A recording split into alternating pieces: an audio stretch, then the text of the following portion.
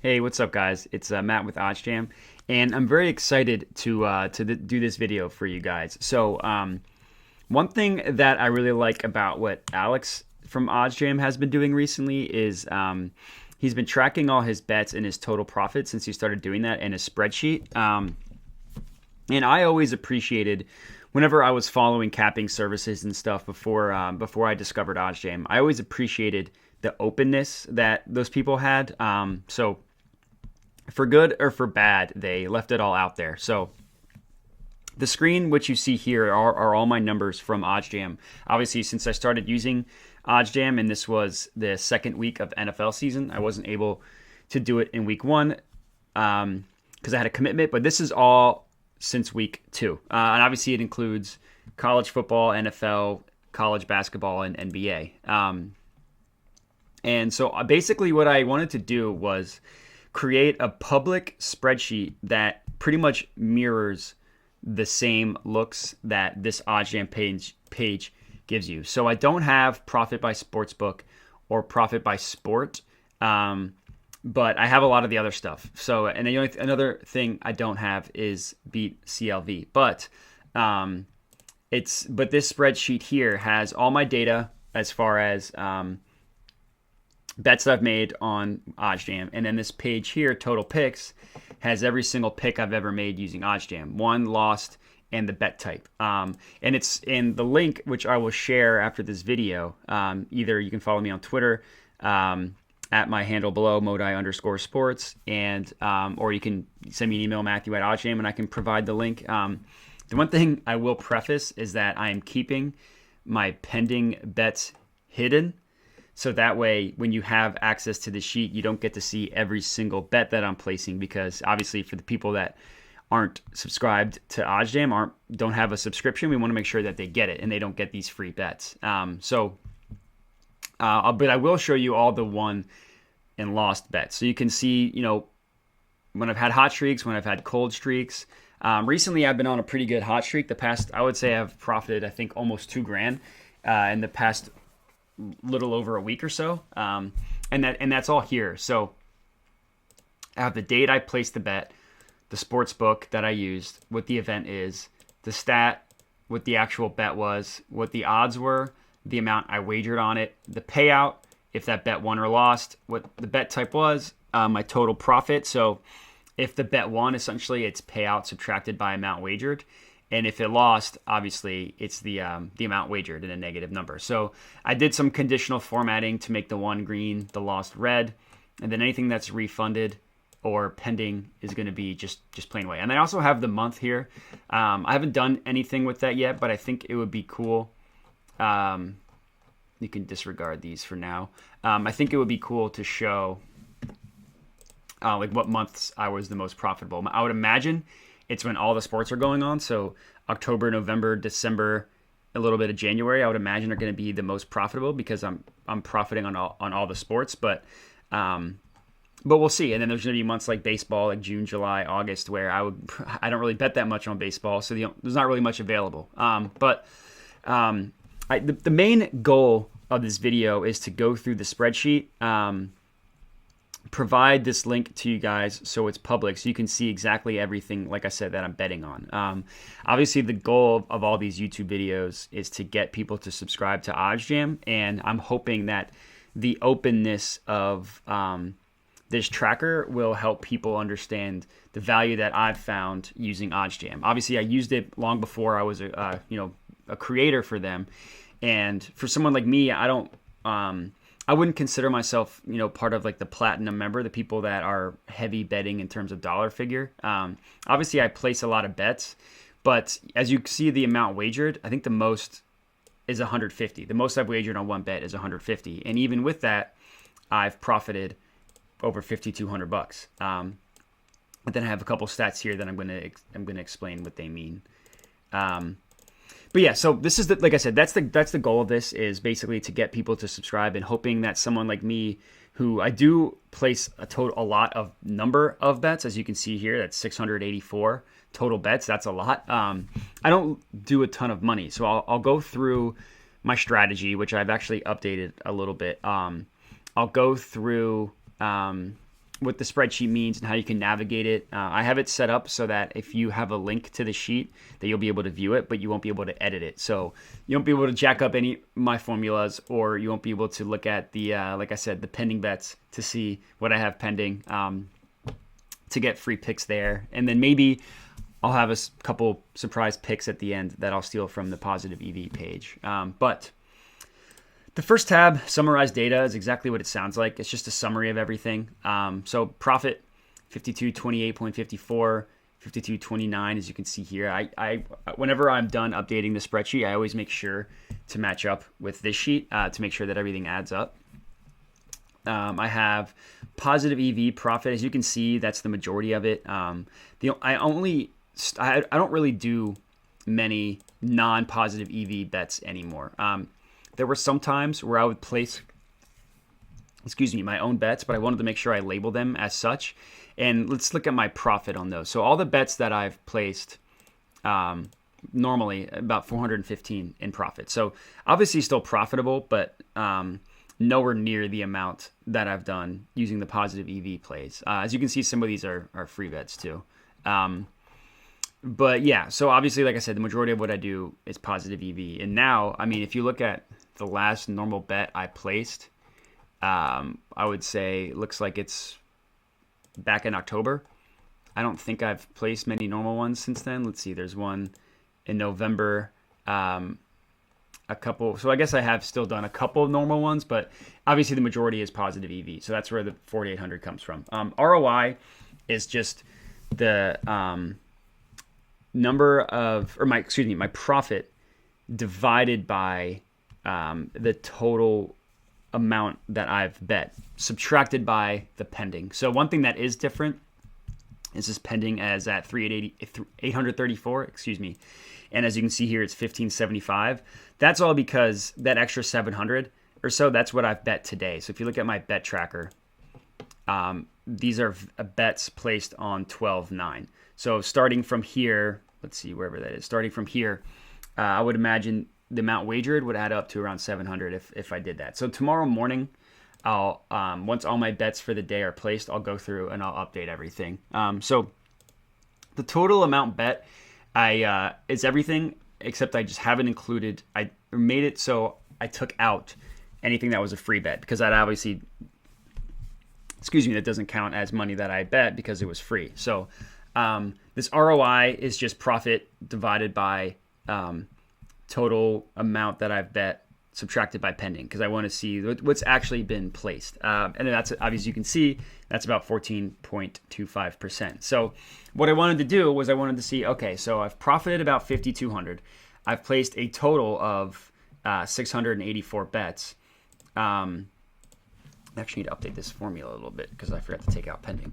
So I wanted to see, so basically if I'm on the average bet that I'm placing, how much money do I make per one specific bet? And all I did was the same logic as ROI, but I did that instead of profit divided by total number of money bet, I just did total number of bets placed. So again, subtracted by pending. So for every bet that I place, I profit about $7.85, which again, that doesn't sound like a lot. And I would imagine for the people that have a really heavy bankroll, that number's higher. Like I bet Randall and Alex have a much higher amount per bet, but they have a higher bankroll than me. So it's all about return on investment. And then I like having the win percentage here. General rule of thumb is you'll profit if you win above 52%. That is mainly if you're doing spread and total betting, just straight up. Because looking at a sports book, like let's just go to DraftKings. As when you look at a normal sports book, you'll see that most lines are minus 110.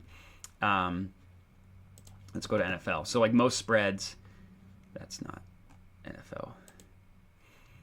Most spreads are going to be a minus 110 in totals, around there. So they say in general, you have to hit 52% of your bets to profit. With OddsJam, since I do a lot of player props, I would bet that the win percentage doesn't need to be as high because a lot of what I'm betting is plus money. So if you look at the odds, anything that doesn't have a minus next to it is going to be plus money. So I would say the majority of the bets I place are plus money. Maybe that'll be a view that I add, is amount of bets that are plus money versus negative money, because obviously if you're betting plus money, you don't need to have as high of a hit rate. That's just kind of betting 101. And then, yeah, like I said, I wanted to have the number of bets. And then I have the percentage. So it looks like I have about 54% win rate, 44% lose rate. Only 9 have been refunded. And that just means either the bet pushed or I took a player prop and that player ended up not playing. And then pending is just obviously what it sounds like, pending. So then over here, I have total amount of money that I've spent. So since week 2 of the NFL season, I bet a total of $37,000, and 800 of that 37,000 is pending.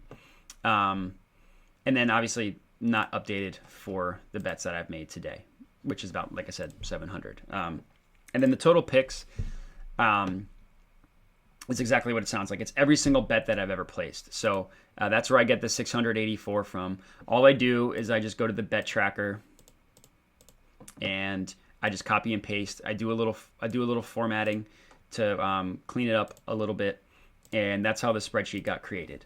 So I would say that this spreadsheet is more for you guys as the listener than it is for me. Obviously, 99% of this info I can just get from my OddsJam home screen. So the reason why I created this spreadsheet was to put everything that I see here, but make it public. So on TikTok, you can follow me there at OddsJam_betting. I've been doing these daily honest checks where it's just how much did I profit to yesterday or how much did I lose. The first 3 days I did it, I lost money, which was great timing. But since then, like I said, I've profited around $2,000.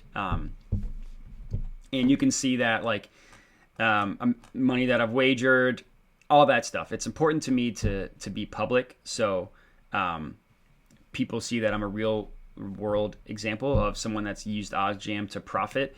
And like I said, I do that without having a massive bankroll. Like I would say the amount of money that I'm wagering is probably below average for the people that use OddsJam. But even then I've used it, and the amount you pay monthly, you make back roughly in a week. Maybe that's another view, is profit per week. I think that would be helpful to show people, or maybe profit per month, because it's a monthly subscription, whatever you want.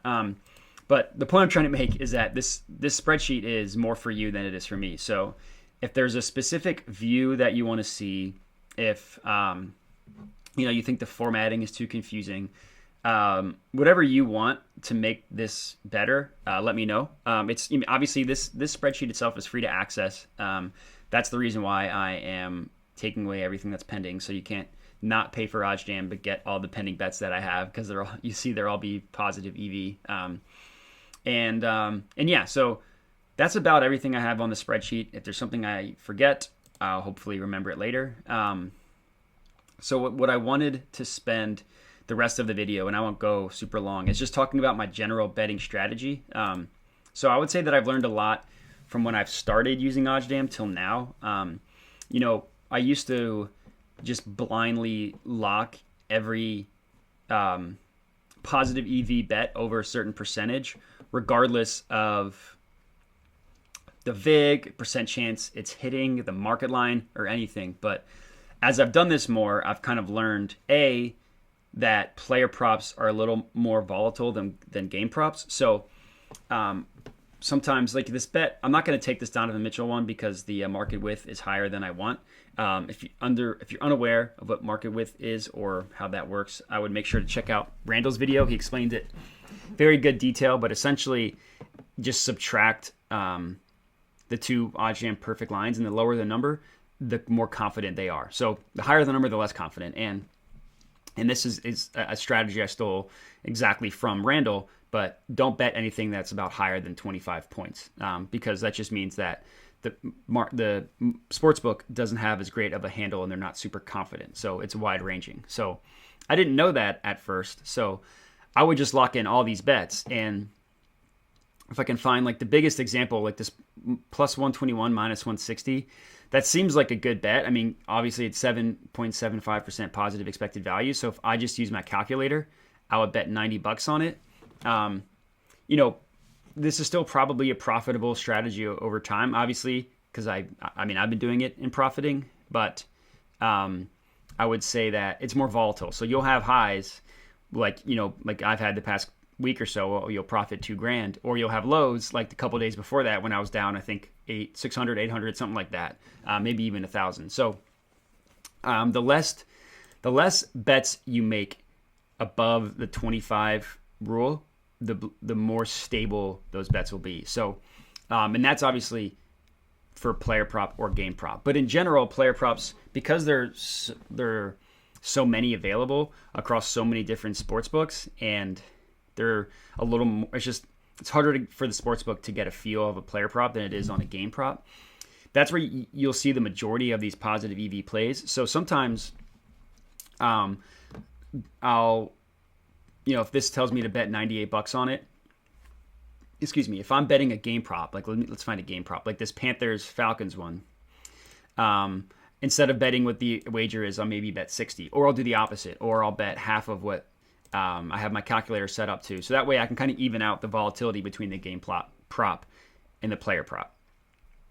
And I would say that if you're going to use OddsJam, which I recommend, I don't do as much arbitrage, but I know that one of my friends who uses OddsJam has profited $3,000 in the same time frame solely from arbitrage betting. He just wants the risk-free bets. So if you're going to do that, this tool is extremely helpful for you. As you can tell, based on my bet type, I haven't done any arbitrage.